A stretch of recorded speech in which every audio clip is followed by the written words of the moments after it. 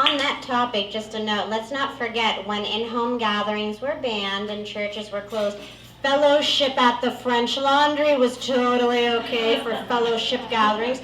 Congregating at the wineries for special tastings in Napa Valley, those congregations were okay, but I guess ours weren't because, you know, what's good for the social elite is not good for the rest of the people, right? So let's not forget that hypocrisy. Our next question, we have two questions that are kind of similar, so I wanted to bring them both together. When this recall happens, what does week 1 look like? And when you are elected, what are the first 3 things you will address? Please include how long you think it will take to effect those changes. Okay, how specific do I need to be? So, I mean, let me just first make this point, which I think I made when I was talking to the cameras. Some of you might have already heard me say this before. But when this election, if it is successful, then the new governor is only going to have 1 year before the next election. And so it's going to be important to move really, really quickly, to move boldly and aggressively and fearlessly to tackle our state's key challenges, so that by the time the next election rolls around, we'll have made some progress and people will feel the results in their quality of life.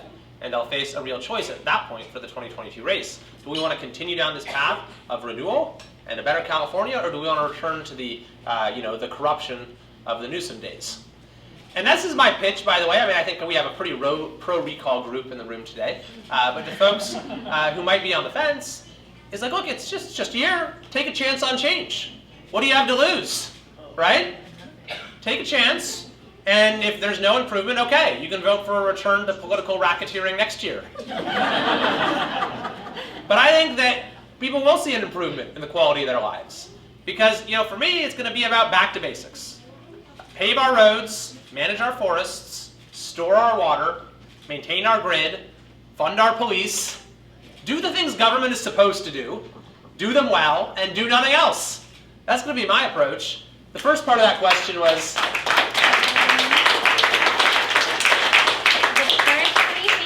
and what's the timeline for actually seeing some change here? Okay, I think we about covered that. I mean, the timeline is that there are some things the governor can do immediately in a state of emergency or roll back executive orders. You can also, rein in all of these menacing state agencies we have. Water Board, CARB, EDD, Department of Public Health, DMV. You can shout out your favorite if you want. DMV. You can tame them. That's what I would do. I would tame them. With new leadership, new heads of those agencies, and a new directive to actually serve the people of California. Don't harass them. Don't harangue them. Don't try to run their lives. Don't ruin their lives. So those are all things that could be done in short order and would need to be done in short order. But as I mentioned before, I'd call a special session of the legislature, and that would happen, immediately, like in the fall. I mean, so here's the timing of the actual sort of transition. Let's say we have a successful recall. The thing is that in California, we take forever to vote. We take forever to count votes, right? I mean, 30 days to vote and 30 days to count votes, and then there's additional time to certify the vote. So we might not even know if the recall is successful and who won for some time. It's a completely crazy system. I mean, call me old-fashioned.